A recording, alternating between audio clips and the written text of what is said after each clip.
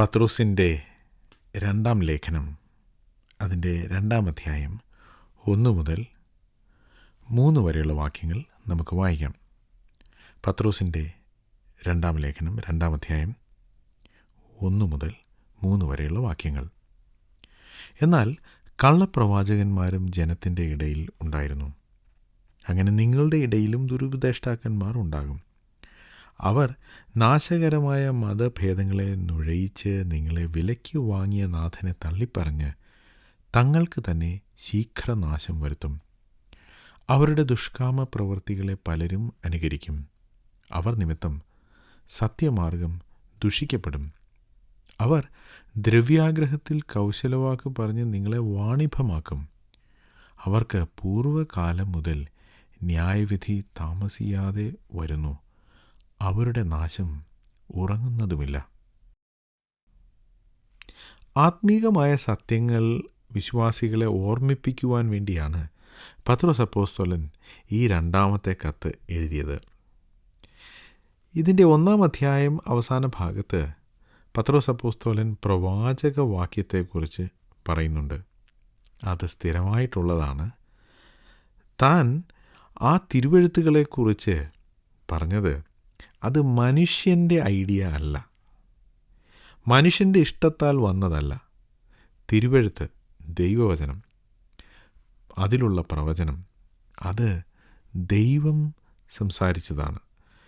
ദൈവം മനുഷ്യനെ കൊണ്ട് സംസാരിപ്പിച്ചതാണ്, അല്ലാതെ മനുഷ്യൻ്റെ ഇഷ്ടത്താൽ ഉണ്ടായതല്ല. എന്നാൽ ഉടൻ തന്നെ മനുഷ്യൻ്റെ ഇഷ്ടത്താൽ വരുന്ന ചില പ്രവചനങ്ങളെക്കുറിച്ച്, പഠിപ്പിക്കലുകളെക്കുറിച്ച് താൻ പറയുന്നു. അതാണ് പത്രോസിൻ്റെ 2-ാം ലേഖനം 2-ാം അധ്യായത്തിലെ പ്രധാന വിഷയം. ദുരുപദേഷ്ടാക്കന്മാർ. കള്ളപ്രവാചകന്മാർ ജനത്തിൻ്റെ ഇടയിൽ ഉണ്ടായിരുന്നു. ഇസ്രായേൽ മക്കളുടെ ഇടയിൽ കള്ളപ്രവാചകന്മാരുണ്ടായിരുന്നു. ഇസ്രായേലിൻ്റെ ചരിത്രം പരിശോധിച്ചാൽ അത് നമുക്ക് കാണാൻ സാധിക്കും. എല്ലാ കാലത്തും കള്ളപ്രവാചകന്മാരുണ്ടായിരുന്നു. ദൈവജനത്തെ തെറ്റിക്കുവാൻ, അവരെ പാപം ചെയ്യിക്കുവാൻ, അവരെ ദൈവത്തിൽ നിന്ന് മാറ്റുവാൻ ആ പ്രവാചകന്മാർ പല കാലത്തായി എഴുന്നേറ്റു. അവർ അത് ചെയ്യുന്നതിൽ ഒരു പരിധിവരെ വിജയിക്കുകയും ചെയ്തിട്ടുണ്ട്. അതുപോലെ തന്നെ ഇന്ന് ക്രിസ്തീയ സഭയിൽ ദുരുപദേഷ്ടാക്കന്മാർ ഉണ്ടായിരിക്കും എന്ന് താൻ പറയുന്നു. ഇസ്രായേൽ മക്കളുടെ ഇടയിൽ കള്ളപ്രവാചകന്മാരുണ്ടായിരുന്നു. കള്ളപ്രവാചകന്മാരെ പോലെ ഇന്ന് സഭയിൽ ദുരുപദേഷ്ടാക്കന്മാരുണ്ട്. അങ്ങനെയാണെങ്കിൽ ജനത്തിൻ്റെ ഇടയിൽ ഉണ്ടായിരുന്ന പ്രവാചകന്മാർ, നല്ല പ്രവാചകന്മാർ, ദൈവത്തിൻ്റെ അരുളപ്പാട് പറഞ്ഞ ദേവദാസന്മാർ, ആ പ്രവാചകന്മാരെ പോലെ ഇന്ന് സഭയിലുള്ളത് നല്ല ഉപദേഷ്ടാക്കന്മാരാണ്. പ്രവാചകന്മാർ ദൈവത്തിനു വേണ്ടി ദൈവവചനം സംസാരിച്ചു. അതുപോലെ തന്നെ ഇന്ന് സഭയിൽ ആ ശുശ്രൂഷ ചെയ്യുവാനുള്ളത് ഉപദേഷ്ടാക്കന്മാരാണ്, നല്ല ഉപദേഷ്ടാക്കന്മാർ. എന്നാൽ ജനത്തിൻ്റെ ഇടയിൽ കള്ളപ്രവാചകന്മാരുണ്ടായിരുന്നു. ആ കള്ളപ്രവാചകന്മാരെ പോലെ ഇന്ന് ക്രിസ്തീയ സഭയിൽ ദുരുപദേഷ്ടാക്കന്മാർ ഉണ്ടായിരുന്നു. ഉപദേഷ്ടാക്കന്മാരുടെയും കള്ളപ്രവാചകന്മാരുടെയും സ്വഭാവങ്ങൾ തമ്മിൽ സാമ്യമുണ്ട്. അതുകൊണ്ടാണല്ലോ അവരെ താരതമ്യം ചെയ്ത് പറഞ്ഞിരിക്കുന്നത്. കള്ളപ്രവാചകന്മാരുടെ സ്വഭാവം എന്തായിരുന്നു? ഇതറിയാൻ പഴയ നിയമത്തിലെ പ്രവചന പുസ്തകങ്ങളും ചരിത്ര പുസ്തകങ്ങളും വായിച്ചാൽ മനസ്സിലാകും. പല ഭാഗത്തും കള്ളപ്രവാചകന്മാരെക്കുറിച്ച് നാം വായിക്കുന്നുണ്ട്. ഉദാഹരണത്തിന് യിരെമ്യാ പ്രവാചകൻ കള്ളപ്രവാചകന്മാരെക്കുറിച്ച് പറഞ്ഞിട്ടുണ്ട്. നമുക്കറിയാം, യിരെമ്യാ പ്രവാചകൻ തൻ്റെ ശുശ്രൂഷയുടെ കാലത്ത് ഒരിക്കലും ഒരു പോപ്പുലറായ ദൈവദാസനായിരുന്നില്ല. എന്ന് വെച്ചാൽ തൻ്റെ സന്ദേശം, താൻ പ്രവചിച്ച് പറഞ്ഞ കാര്യങ്ങൾ രാജാവിനോ ജനത്തിനോ ഒന്നും ഇഷ്ടപ്പെട്ടില്ല. എന്നാൽ കള്ളപ്രവാചകന്മാർ അങ്ങനെ ആയിരുന്നില്ല. കള്ളപ്രവാചകന്മാരുടെ ഒന്നാമത്തെ ലക്ഷണം, അവർ സത്യം പറയുവാൻ വലിയ താല്പര്യമുള്ളവരല്ല. സത്യമല്ല അവർക്ക് വിഷയം, ജനത്തിൻ്റെ കയ്യടി, അതാണ് അവർക്ക് വിഷയം. ജനത്തിനിഷ്ടമുള്ള കാര്യം പറയുക എന്നതാണ് കള്ളപ്രവാചകന്മാരുടെ പ്രധാന ലക്ഷണം. യിരെമ്യാ പ്രവചനം 6-ാം അധ്യായം അതിൻ്റെ 14-ാം വാക്യത്തിൽ പ്രവാചകന്മാരെക്കുറിച്ചും പുരോഹിതന്മാരെക്കുറിച്ചുമാണ് ഇവിടെ പറയുന്നത്. നാം ഇങ്ങനെ വായിക്കുന്നു, സമാധാനമില്ലാതിരിക്കെ സമാധാനം സമാധാനം എന്ന് അവർ പറഞ്ഞ് എൻ്റെ ജനത്തിൻ്റെ മുറിവിന് ലഘുവായി ചികിത്സിക്കുന്നു. അവർ സമാധാനം സമാധാനം, നല്ലത് വരും, ദൈവം നിങ്ങളെ അനുഗ്രഹിക്കും, ദൈവം നിങ്ങളെ സ്നേഹിക്കുന്നു, ദൈവം നിങ്ങളെ അനുഗ്രഹിക്കും, ഇത് പറയാൻ അവർക്കൊരു മടിയുമില്ല. ഇതാണ് അവർ പറഞ്ഞുകൊണ്ടേയിരിക്കുന്നത്. പക്ഷേ വാസ്തവം അതല്ല. സമാധാനം ഇല്ലാതിരിക്കെ എന്ന് വച്ചാൽ ദൈവജനം വിഗ്രഹാരാധനയും അതുപോലെയുള്ള ദുഷ്ടതകളും ചെയ്ത് ദൈവത്തിൽ നിന്ന് അകന്നുപോയി. അതിൻ്റെ ഫലമായി ദൈവം അവരെ ശിക്ഷിക്കാൻ പോവുകയാണ്. സമാധാനമല്ല, ശിക്ഷാവിധിയാണ് വരാൻ പോകുന്നത്. ആ സമയത്തും അവർ പറയുന്നു സമാധാനം സമാധാനം എന്ന് പറഞ്ഞുകൊണ്ട് അവരുടെ ജനത്തിന്, അവരുടെ മുറിവിന് ലഘുവായി ചികിത്സിക്കുന്നു. നമ്മളെ നാട്ടിൽ സാറിന് പറയുമല്ലോ, ഇരുമ്പൊലൊക്കെ വിഴുങ്ങിയിട്ട് ചുക്ക് കഷായം കുടിക്കുക എന്ന്. ചെറിയ ഒരു ചികിത്സ, അയ്യോ അത് പോരാ, ഓപ്പറേഷൻ വേണം, ഇല്ല, അതിന് പകരം എന്തോ ഒരു ഓയിൽമെൻറ്റ് പുരട്ടി സമാധാനം സമാധാനം എന്ന് പറഞ്ഞ് ജനത്തെ ആശ്വസിപ്പിക്കുക. ഇതാണ് കള്ളപ്രവാചകന്മാർ ചെയ്തിരുന്നത്. എന്തുകൊണ്ടാണ് അവർ അത് ചെയ്തത്? അവർക്ക് ആരെയും പിണക്കാൻ ഇഷ്ടമല്ല. അവർക്ക് സത്യം പറയാൻ യാതൊരു ഉദ്ദേശവുമില്ല. സത്യം മറച്ചു വെച്ച് ആളുകൾക്ക് ഇഷ്ടമുള്ള സന്ദേശം പറയുക. ഇക്കൂട്ടരെ നമ്മൾ യെഹെസ്കേൽ പ്രവാചകൻ്റെ പുസ്തകത്തിലും കാണുന്നുണ്ട്. അവിടെ താൻ പറയുന്നത് ദൈവജനത്തെ ഒരു ചുവരിനോടാണ് ഉപമിച്ചിരിക്കുന്നത്. ആ ചുവര് ബലക്ഷയമായി ദൈവം അത് ഇടിച്ചു കളയാൻ പോവുകയാണ്. അങ്ങനെ ഇരിക്കുന്ന ആ ചുവരിൽ ഇവർ കുമ്മായം പൂശുകയാണെന്നാണ് യെഹെസ്കേൽ പ്രവാചകൻ പറയുന്നത്. യെഹെസ്കേൽ പ്രവചനം 13-ാം അധ്യായം അതിൻ്റെ 12-13 വാക്യങ്ങളിൽ നമ്മളിങ്ങനെ വായിക്കുന്നു, ചുവർ വീണിരിക്കുന്നു, നിങ്ങൾ പൂശിയ കുമ്മായം എവിടെ പോയി എന്ന് നിങ്ങളോട് പറയുകയില്ലയോ? അതുകൊണ്ട് യഹോവയായ കർത്താവ് ഇപ്രകാരം അരുളി ചെയ്യുന്നു, ഞാൻ എൻ്റെ ക്രോധത്തിൽ ഒരു കൊടുങ്കാറ്റടിക്കുമാറാകും, എൻ്റെ കോപത്തിൽ പെരുമഴ പെയ്യ്ക്കും, എൻ്റെ ക്രോധത്തിൽ മുടിച്ചു കളയുന്ന വലിയ ആഴിപ്പഴം പൊഴിക്കും. നിങ്ങൾ കുമ്മായം പൂശിയ ചുവരിനെ ഞാൻ ഇങ്ങനെ ഇടിച്ച് നിലത്ത് തള്ളിയിട്ട് അതിൻ്റെ അടിസ്ഥാനം വെളിപ്പെടുത്തും, അത് വീഴും, നിങ്ങൾ അതിൻ്റെ നടുവിൽ മുടിഞ്ഞു പോകും, ഞാൻ യഹോവ എന്ന് നിങ്ങൾ അറിയും. അതിൻ്റെ 16-ാം വാക്യം, ഇനി ചുവരില്ല, അതിന് കുമ്മായം പൂശിയവരായി യെരുശലേമിനെക്കുറിച്ച് പ്രവചിച്ച് സമാധാനമില്ലാതിരിക്കുക അതിന് സമാധാന ദർശനങ്ങളെ ദർശിക്കുന്ന ഇസ്രായേലിൻ്റെ പ്രവാചകന്മാരും ഇല്ല എന്ന് പറയും എന്ന് യഹോവയായ കർത്താവിൻ്റെ അരുളപ്പാട്. അവിടെയും ഈ കള്ളപ്രവാചകന്മാർ ചെയ്യുന്നത് എന്താണ്? സമാധാനമില്ലാതിരിക്കെ സമാധാനം സമാധാനം എന്ന് പറയുന്നു. രാജാക്കന്മാരുടെ 1-ാം പുസ്തകം 22-ാം അധ്യായത്തിൽ യഹോശാഫാത്ത് രാജാവ് യുദ്ധത്തിന് പോവുകയാണ്. യുദ്ധത്തിന് പോകാൻ പുള്ളിക്ക് കൂട്ടുകിട്ടിയത് ഇസ്രായേൽ രാജാവായ ആഹാബിനെ. ദുഷ്ടനായ ഈ രാജാവിൻ്റെ കൂടെ യഹോശാഫാത്ത് യുദ്ധത്തിന് പോകുന്നു. യുദ്ധത്തിന് പോകുന്നതിന് മുമ്പ് ദൈവത്തിൻ്റെ അരുളപ്പാട് ചോദിക്കണം, പ്രവാചകന്മാരാരെങ്കിലും ഉണ്ടോ എന്ന് അന്വേഷിച്ചു. അപ്പോൾ ആ സമയത്ത് അവിടെ പ്രവാചകന്മാരുടെ ഭയങ്കര പരിപാടി നടന്നുകൊണ്ടിരിക്കുകയാണ്. എല്ലാവരും വലിയ പ്രവചനമാണ്, നീ യുദ്ധത്തിന് പോ, നീ ജയിക്കും, ദൈവം നിന്നെ വിജയിപ്പിക്കും എന്നൊക്കെ പറഞ്ഞ് വലിയ പ്രവചനം നടക്കുകയാണ്. അപ്പോൾ യഹൂദ രാജാവായ യഹോശഫാത്തിന് എന്തോ ഒരു പന്തികേട് തോന്നി, ഇവിടെ ദൈവത്തിൻ്റെ പ്രവാചകന്മാരാരും ഇല്ലേ എന്ന് ചോദിച്ചു. അപ്പോൾ അതാ വരുന്നു മറുപടി, ഒരുത്തനുണ്ട് മീഖായാവ്, പക്ഷേ അവൻ നമ്മളെക്കുറിച്ച് ഗുണമായതൊന്നും പറയില്ല, അവൻ്റെ പ്രവചനം അത്ര ശരിയല്ല. അവനെ വിളിച്ചുകൊണ്ട് വരാൻ പറഞ്ഞു. ഒരു ദൂതൻ അവനെ വിളിക്കാൻ പോയി. ഈ വിളിക്കാൻ പോയ ദൂതൻ മീഖായാവിനോട് പറയുകയാണ്, നീ അവിടെ ചെന്ന് എല്ലാവരും പറയുന്ന പോലെയൊക്കെ പറയാവൂ, എല്ലാവരും രാജാവിന് ശുഭം വരും, യുദ്ധത്തിന് പോയി ജയിക്കുമെന്നാണ് പറയുന്നത്, നീയും അങ്ങനെ തന്നെ പറയണം എന്ന് അവനോട് പോകുന്ന വഴിക്ക് പറയുകയാണ്. അപ്പോൾ എന്താണ് കള്ളപ്രവാചകന്മാരുടെ ലക്ഷണം? ആളുകൾക്ക് കേൾക്കാൻ ഇഷ്ടമുള്ള കാര്യം മാത്രമേ അവർ പറയുള്ളൂ, സത്യം പറയില്ല. മീഖായാവും ആദ്യം ഇങ്ങനെയൊക്കെ പറഞ്ഞിട്ട് പിന്നെ ഉള്ള സത്യം പറഞ്ഞു. എന്തു പറഞ്ഞു? ദൈവം ഇന്ന് ആഹാബിനെ കൊല്ലും, ആഹാബ് ഇന്ന് മരിക്കാൻ പോവുകയാണെന്ന് മീഖായാവ് പറഞ്ഞു. മീഖായാവിന് അതിൻ്റെ പേരിൽ അടി കിട്ടി. പക്ഷേ മീഖായാവ് സത്യം പറഞ്ഞു. എന്നാൽ കള്ളപ്രവാചകന്മാർ അവർ സത്യം പറയുകയില്ല, അവർ ഭോഷ്കാണ് പ്രവചിക്കുന്നത്. കാരണം മാനുഷ ഭയമാണ് അവരെ നിയന്ത്രിക്കുന്നത്. അതുപോലെ തന്നെ യിരെമ്യാ പ്രവചനം 28-ാം അധ്യായത്തിൽ സിദക്കിയ രാജാവ് ഭരിക്കുമ്പോൾ ഹനന്യ പ്രവാചകൻ എന്നൊരു പ്രവാചകൻ അവൻ വന്ന് ജനത്തിൻ്റെ മുമ്പിൽ വെച്ച് രാജാവിനോട് പറയുകയാണ്, ബാബേൽ രാജാവിൻ്റെ ഈ ഉപരോധം തൻ്റെ ശക്തിയൊക്കെ ക്ഷയിക്കും, ബാബേൽ രാജാവ് പരാജയപ്പെടും, യെരുശലേമിൽ നിന്ന് എടുത്തുകൊണ്ട് പോയതൊക്കെ തിരിച്ചു കൊണ്ടുവരും എന്നൊക്കെ പറഞ്ഞ് താൻ പ്രവചിക്കുകയാണ്. ഈ സമയത്ത് യിരെമ്യാ പ്രവാചകൻ തൻ്റെ കഴുത്തിൽ ഒരു തടി കൊണ്ടുള്ള നുകം ഉണ്ടാക്കി വെച്ചിട്ട് പറഞ്ഞു, ഇത് ബാബേലിൻ്റെ നുകമാണ്, ഇത് നമ്മൾ ചുമക്കേണ്ടി വരും. ഈ ഹനന്യ പ്രവാചകൻ യിരെമ്യാ പ്രവാചകൻ്റെ കഴുത്തിൽ നിന്ന് ആ നുകമെടുത്ത് ഒടിച്ചു കളഞ്ഞിട്ട് പറഞ്ഞു, യഹോവ ഇങ്ങനെ ബാബേലിൻ്റെ നുകം ഒടിച്ചു കളയും എന്നൊക്കെ പറഞ്ഞു.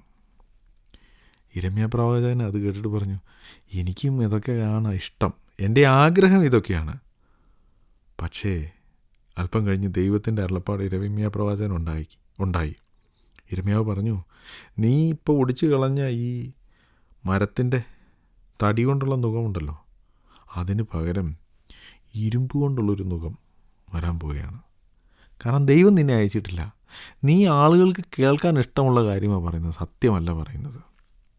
അപ്പോൾ കള്ളപ്രവാചകന്മാരുടെ ലക്ഷണം ആളുകൾക്ക് കേൾക്കാൻ ഇഷ്ടമുള്ളത് പറയുക, ആളുകൾക്ക് ഇഷ്ടമുള്ള കാര്യം പറയുക, ദൈവവചനം സത്യം പറയുക അവർക്ക് അവരുടെ സ്വഭാവമല്ല. അതുതന്നെയാണ് ദുരുപദേഷ്ടാക്കന്മാരുടെയും ലക്ഷണം. ദുരുപദേഷ്ടാക്കന്മാരും ആളുകൾക്ക് അപ്പീലിംഗ് ആയിട്ടുള്ള, ആളുകൾക്ക് ഇഷ്ടപ്പെടുന്ന കാര്യം പറയും, ആളുകൾക്ക് കേൾക്കാൻ ഇഷ്ടമില്ലാത്ത കാര്യം അവർ പറയുകയില്ല, അത് ഒഴിവാക്കും. സത്യത്തേക്കാൾ കൂടുതൽ മനുഷ്യരെ സ്നേഹിക്കുന്നവർ, മനുഷ്യൻ്റെ പ്രീതിയെ സ്നേഹിക്കുന്നവർ, അവരാണ് ദുരുപദേഷ്ടാക്കന്മാർ. രണ്ടാമത്, ഇവർ പണത്തെ സ്നേഹിക്കുന്നവരാണ്. സ്വന്തം ലാഭമാണ് അവരുടെ ലക്ഷ്യം. ദൈവം എന്തു പറയുന്നു, ദൈവവചനം പറയണോ വേണ്ടയോ എന്നുള്ളതല്ല അവരുടെ വിഷയം. അവരുടെ ഉദ്ദേശം എങ്ങനെയും 10 കാശ് ഒപ്പിക്കണം. സാധാരണ പറയുമല്ലോ, കമന്ന് വീണ കാപ്പണം. അതാണ് ദുരുപദേഷ്ടാക്കന്മാരുടെ, കള്ളപ്രവാചകന്മാരുടെ ലക്ഷണം. മീഖാ പ്രവാചകൻ, അവരെക്കുറിച്ച് പറഞ്ഞിട്ടുണ്ട്. മീഖാ പ്രവചനം 3-ാം അധ്യായം അതിൻ്റെ 11-ാം വാക്യത്തിൽ നാം ഇങ്ങനെ വായിക്കുന്നു, അതിലെ തലവന്മാർ സമ്മാനം വാങ്ങി ന്യായം വിധിക്കുന്നു, അതിലെ പുരോഹിതന്മാർ കൂലി വാങ്ങി ഉപദേശിക്കുന്നു, അതിലെ പ്രവാചകന്മാർ പണം വാങ്ങി ലക്ഷണം പറയുന്നു. എന്നിട്ടും അവർ യഹോവയെ ചാരി, യഹോവ നമ്മുടെ ഇടയിൽ ഇല്ലയോ, അനർത്ഥം നമുക്ക് വരികയില്ല എന്ന് പറയുന്നു. ആളുകൾക്ക് കേൾക്കാൻ ഇഷ്ടമുള്ള കാര്യമേ അവർ പറയുള്ളൂ. അത് പറയാൻ വേണ്ടി അവർ പണം വാങ്ങും. നമുക്കിഷ്ടമുള്ള കാര്യം, നമ്മെക്കുറിച്ച് അല്പം മുഖസ്തുതി പറയുന്നവരൊക്കെ നമ്മളെല്ലാവരും എന്തെങ്കിലുമൊക്കെ സഹായം ചെയ്യുമല്ലോ. ഇതാണ് കള്ളപ്രവാചകന്മാരുടെ പരിപാടി. അവർ ആളുകൾക്ക് കേൾക്കാൻ ഇഷ്ടമുള്ള കാര്യം പറയുകയും ചെയ്യുകയും ചെയ്യും. എന്തുകൊണ്ട്? അവർക്ക് പണം കിട്ടണം. അവർ ദ്രവ്യാഗ്രഹികളാണ്. മൂന്നാമതായി, ഇവർ അശുദ്ധിയിൽ ജീവിക്കുന്നവരാണ്. യാതൊരു ജീവിത വിശുദ്ധിയും ഉള്ളവരല്ല. ജീവിത വിശുദ്ധിയുള്ളവർക്ക് ഇങ്ങനെ പരസ്യമായി യാതൊരു ലജ്ജയുമില്ലാതെ കള്ളം പറയാൻ സാധിക്കില്ലല്ലോ. അവരുടെ ജീവിതം ദൈവത്തിൽ നിന്നും വളരെ അകന്നതാണ്. അശുദ്ധ ജീവിതം നയിക്കുന്നവരാണ്, അധാർമിക ജീവിതം നയിക്കുന്നവരാണ് ഈ കള്ളപ്രവാചകന്മാർ. യെശയ്യാ പ്രവചനം 28-ാം അധ്യായത്തിൽ നാം അവരെക്കുറിച്ച് വായിക്കുന്നുണ്ട്. അതിൻ്റെ 7-ാം വാക്യത്തിൽ നാം ഇങ്ങനെ വായിക്കുന്നു, എന്നാൽ ഇവരും വീഞ്ഞു കുടിച്ച് ചാഞ്ചാടുകയും മദ്യപിച്ച് ആടി നടക്കുകയും ചെയ്യുന്നു. പുരോഹിതനും പ്രവാചകനും മദ്യപാനം ചെയ്ത് ചാഞ്ചാടുകയും വീഞ്ഞു കുടിച്ച് മത്തരാകുകയും മദ്യപിച്ച് ആടി നടക്കുകയും ചെയ്യുന്നു. അവർ ദർശനത്തിൽ പിഴച്ച് ന്യായവിധിയിൽ തെറ്റിപ്പോകുന്നു. പ്രവാചകന്മാരുടെ കാര്യമാണ് ഇവിടെ പറയുന്നത്. അവർ മദ്യപാനികളാണ്, അധർമ്മം ചെയ്യുന്നവരാണ്. അവർക്ക് ജീവിത വിശുദ്ധി എന്നൊന്നില്ല. അത് അവരുടെ അജണ്ടയിലില്ല. അങ്ങനെയുള്ളവരാണ് കള്ളപ്രവാചകന്മാർ. യിരെമ്യാ പ്രവചനം 23-ാം അധ്യായത്തിൽ അതിൻ്റെ 14-ാം വാക്യത്തിൽ നാം ഇങ്ങനെ വായിക്കുന്നു. യിരെമ്യാ പ്രവചനം 23-ാം അധ്യായം 14-ാം വാക്യം, യെരൂശലേമിലെ പ്രവാചകന്മാരിലോ ഞാൻ അതിഭയങ്കരമായുള്ളത് കണ്ടിരിക്കുന്നു. അവർ വ്യഭിചാരം ചെയ്ത് വ്യാജത്തിൽ നടക്കുന്നു. ആരും തൻ്റെ ദുഷ്ടത വിട്ട് തിരിയാതെ വണ്ണം അവർ ദുഷ്പ്രവൃത്തിക്കാരെ ധൈര്യപ്പെടുത്തുന്നു. അവരെല്ലാവരും എനിക്ക് സോദോം പോലെയും അതിലെ നിവാസികൾ ഗോമോറ പോലെയും ഇരിക്കുന്നു. യെരൂശലേമിലുള്ള പ്രവാചകന്മാരെക്കുറിച്ച് ദൈവം പറയുന്നതാണിത്. മൊവാബിലുള്ള പ്രവാചകനെക്കുറിച്ചോ അമ്മോനിയരുടെ ഇടയിലുള്ള പ്രവാചകനെക്കുറിച്ചോ അല്ല പറയുന്നത്. യെരൂശലേമിലുള്ള പ്രവാചകന്മാരെക്കുറിച്ച് ദൈവം പറയുകയാണ്. അവർ വ്യഭിചാരം ചെയ്ത് വ്യാജത്തിൽ നടക്കുന്നു. മാത്രമല്ല, അവർ മറ്റുള്ളവരെ അശുദ്ധിയിലും അധാർമികതയിലും ജീവിക്കുവാൻ പ്രേരിപ്പിക്കുകയും ചെയ്യുന്നു. അതേ അധ്യായത്തിൻ്റെ 32 വാക്യം, വ്യാജ സ്വപ്നങ്ങളെ പ്രവചിച്ച് വിവരിച്ച് ഭോഷ്ക് കൊണ്ട് വ്യർത്ഥ പ്രശംസ കൊണ്ടും എൻ്റെ ജനത്തെ തെറ്റിച്ച് കളയുന്നവർക്ക് ഞാൻ വിരോധമാകുന്നു എന്ന് യഹോവയുടെ അരുളപ്പാട്. ഞാൻ അവരെ അയച്ചിട്ടില്ല, അവരോട് കൽപ്പിച്ചിട്ടില്ല. അവർ ഈ ജനത്തിന് ഒട്ടും പ്രയോജനമായിരിക്കുകയുമില്ല എന്ന് യഹോവയുടെ അരുളപ്പാട്. ദൈവം അയക്കാത്ത പ്രവാചകന്മാർ, കള്ളപ്രവാചകന്മാർ, അവർ അധാർമിക ജീവിതം നയിക്കുന്നവരാണ്, അശുദ്ധിയിൽ ജീവിക്കുന്നവരാണ്. കള്ളപ്രവാചകന്മാരുടെ 3 ലക്ഷണങ്ങളാണ് നാം കണ്ടത്. 1, സത്യം പറയാൻ അവർക്ക് താല്പര്യമില്ല, ആളുകളുടെ പ്രശംസയിലാണ് അവർക്ക് താല്പര്യം. 2, ദ്രവ്യാഗ്രഹികളാണ്, അവർ ചെയ്യുന്നതൊക്കെ സ്വന്തം ലാഭത്തിന് വേണ്ടിയാണ്. 3, അവർ അശുദ്ധ ജീവിതം നയിക്കുന്നവരാണ്, അശുദ്ധ ജീവിതത്തിന് ആളുകളെ പ്രേരിപ്പിക്കുന്നവരാണ്. ഇത് തന്നെയാണ് ദുരുപദേശം പഠിപ്പിക്കുന്ന ദുരുപദേഷ്ടാക്കന്മാരുടെയും ലക്ഷണം. അവർക്ക് ദൈവവചനത്തിൽ നിന്ന് സത്യം പറയാനുള്ള ധൈര്യമില്ല. അവർക്ക് ആളുകളെ പ്രീതിപ്പെടുത്തണം, കാരണം അവർക്ക് പണം വേണം. മാത്രമല്ല, അവരുടെ രഹസ്യ ജീവിതം അധാർമികതയിലും അശുദ്ധിയിലും ആണ്. അവർ രഹസ്യത്തിൽ ചെയ്യുന്നത് പുറത്തു പറയാൻ കൊള്ളുകയില്ല. അശുദ്ധ ജീവിതം നയിക്കുന്ന ഉപദേഷ്ടാക്കന്മാർ. ഇനി അവർ എന്താണ് ചെയ്യുന്നത്?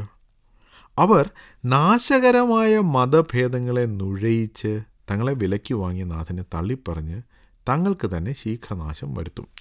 അവർ ഒരു ദിവസം ഒരു വലിയ മീറ്റിംഗ് വിളിച്ചു കൂട്ടി ഞങ്ങളുടെ പുതിയ ഉപദേശം ഇതാണ് എന്ന് പറഞ്ഞ് അവർ പഠിപ്പിക്കുകയില്ല. നേരെ മറിച്ച് അവർ തെറ്റായ ഉപദേശങ്ങളെ, ഇവിടെ മതഭേദങ്ങളെ എന്നാണ് പറയുന്നത്. മതഭേദം എന്ന് പറയുന്ന ഒരു നല്ല ട്രാൻസ്ലേഷനാണ്. ദൈവം നമുക്ക് നൽകിയിരിക്കുന്ന ഉപദേശം, ദൈവവചനം, അതിൽ നിന്നൊരല്പം മാത്രം മാറ്റം, ചെറിയൊരു വ്യത്യാസം. ഈ ദുരുപദേഷ്ടാക്കന്മാർക്ക് അവർക്ക് പാട്ടുണ്ട്, പ്രാർത്ഥനയുണ്ട്, വേദോസം വായനയുണ്ട്, പ്രസംഗമുണ്ട്, ഉപവാസ പ്രാർത്ഥനയുണ്ട്, എല്ലാ പരിപാടികളുമുണ്ട്. എന്നാൽ അതിനകത്ത് തെറ്റായ ഉപദേശം അവർ നുഴഞ്ഞു കയറ്റും, തിരികെ കയറ്റും. സാധുക്കളായ ജനങ്ങൾ, വിവേചന ബുദ്ധിയില്ലാത്ത ആളുകൾ, അവർ തിരിച്ചറിയുന്നതിന് മുമ്പ് തന്നെ അവരെ കൊണ്ട് തെറ്റായ ഉപദേശം അവർ സ്വീകരിപ്പിക്കും. അതാണ് നാശകരമായ ഉപദേശങ്ങളെ, മതഭേദങ്ങളെ നുഴയിച്ച് കയറ്റുക എന്ന് പത്രോസ് അപ്പോസ്തലൻ പറയുന്നത്. അങ്ങനെ ചെയ്തു കഴിയുമ്പോൾ തങ്ങളെ വിലയ്ക്ക് വാങ്ങിയ നാഥനെ അവർ തള്ളിപ്പറയും. എന്ന് വച്ചാൽ ക്രിസ്തീയ വിശ്വാസത്തിൻ്റെ അടിസ്ഥാനം എന്ന് പറയുന്നത് ദൈവം പാപികളായ നിത്യനാശത്തിലേക്ക് പോകേണ്ടിയിരുന്ന ആളുകളെ തൻ്റെ പുത്രനായ യേശുക്രിസ്തുവിൻ്റെ രക്തം കൊടുത്ത് വിലയ്ക്ക് വാങ്ങി. നാം നമുക്കുള്ളവരല്ല, നാം വിലയ്ക്ക് വാങ്ങപ്പെട്ടവരാണ്. നമ്മുടെ അവകാശം നമ്മുടെ നാഥനായ നമ്മുടെ കർത്താവായ യേശുക്രിസ്തുവിനാണ്. ഈ തെറ്റായ ഉപദേശങ്ങൾ സ്വീകരിക്കുക വഴി ആളുകൾ കർത്താവിനെ തള്ളിപ്പറയും. അവൻ എൻ്റെ നാഥനാണെന്നുള്ള കാര്യം അവർ മറന്നു കളയും. അതാണ് പിശാചിന് വേണ്ടതും. ഇത് ഒരു തെറ്റായ ഉപദേശം പെട്ടെന്നൊരു ദിവസം പഠിപ്പിച്ച് ചെയ്യുകയല്ല, മറിച്ച് തെറ്റായ ഉപദേശം, അതായത് മതഭേദങ്ങളെ, ചെറിയ ചില വ്യത്യാസങ്ങൾ നമ്മുടെ വിശ്വാസത്തിൽ, നമ്മുടെ സഭകളിൽ, നമ്മുടെ കൂട്ടായ്മകളിൽ ഇൻസേർട്ട് ചെയ്ത് തിരികെ കയറ്റി ക്രമേണ നമ്മെ അടിസ്ഥാന ഉപദേശ വിഷയങ്ങളിൽ നിന്നും തെറ്റിച്ചു കളയും. ഇതാണ് ദുരുപദേഷ്ടാക്കന്മാരുടെ പരിപാടി. പക്ഷേ പത്രോസ് അപ്പോസ്തലൻ ഒരു കാര്യം പറയുന്നു. ഇവർ വളരെ സൂത്രത്തിൽ ആരും അറിയാതെ ദുരുപദേശം നുഴഞ്ഞു കയറ്റുകയാണെങ്കിലും അവരുടെ ശിക്ഷാവിധി, അവരുടെ നാശം അത് വളരെ പ്രകടമായിരിക്കും. അവർക്ക് ശീഘ്രനാശം വരുത്തുമെന്നാണ്. അവർ തങ്ങൾക്ക് തന്നെ നാശം വരുത്തും. പലരും അവരെ അനുകരിക്കും, പലരും അവരുടെ ചതിയിൽ വീഴും, എങ്കിലും അവർക്ക് നാശം വരും. ആ കാര്യത്തിൽ പത്രോസ് അപ്പോസ്തലന് യാതൊരു സംശയവുമില്ല. 1-ാം നൂറ്റാണ്ടിൽ ശിഷ്യന്മാരുടെ ഇടയിൽ ഉണ്ടായിരുന്ന ഒരു മാനുവലുണ്ട്. എന്ന് വെച്ചാൽ അന്ന് വേദപുസ്തകം പൂർണ്ണമായി എഴുതി കിട്ടിയിട്ടുണ്ടെങ്കിൽ തന്നെ ഇന്നുള്ളതുപോലെ അനേക കോപ്പികളൊന്നുമില്ല. അതുകൊണ്ട് ആരാണ് യഥാർത്ഥ ഉപദേശം പഠിപ്പിക്കുന്നത്, ആരാണ് യഥാർത്ഥ അപ്പോസ്തലൻ, കർത്താവിൻ്റെ ശിഷ്യൻ എന്ന് അറിയുവാൻ അവരുടെ ഇടയിൽ ചില ടെസ്റ്റുകളുണ്ടായിരുന്നു. അതിലൊരു ടെസ്റ്റ് ഇതാണ്: നിങ്ങളുടെ ഇടയിൽ ആരെങ്കിലും ദൈവവചനം പ്രസംഗിക്കാൻ വന്നിട്ട് അയാൾ പണം ആവശ്യപ്പെടുകയാണെങ്കിൽ, അല്ലെങ്കിൽ അയാൾ എനിക്ക് നല്ല ഭക്ഷണം വേണം എന്ന് നിങ്ങളോട് ആവശ്യപ്പെടുകയാണെങ്കിൽ, പിന്നെ കൂടുതൽ ചോദ്യമൊന്നും ചോദിക്കേണ്ട. അയാൾ കള്ള ഉപദേഷ്ടാവാണ്. അയാളെ ടോളറേറ്റ് ചെയ്യേണ്ട, അയാളെ എൻ്റർടൈൻ ചെയ്യേണ്ട, അയാളെ ഒഴിവാക്കുക. ഇങ്ങനെ ഒരു നിയമം 1-ാം നൂറ്റാണ്ടിൽ ഉണ്ടായിരുന്നു എന്ന് ചരിത്രം പറയുന്നു.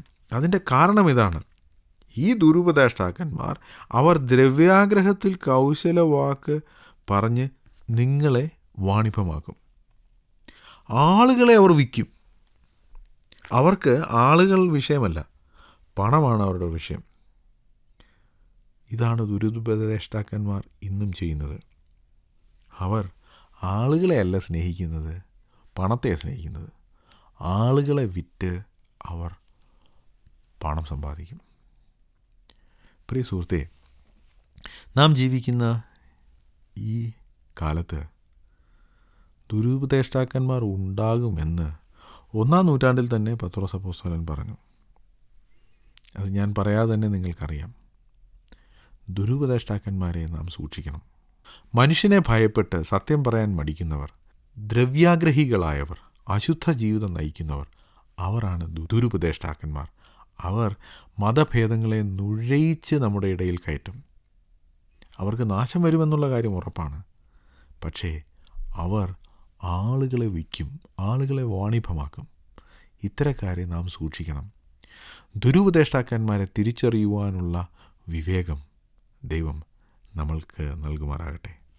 ഞങ്ങളെ വിളിക്കുവാൻ ആഗ്രഹിക്കുന്നുവെങ്കിൽ 098802221957 എന്ന നമ്പർ ഉപയോഗിക്കുക.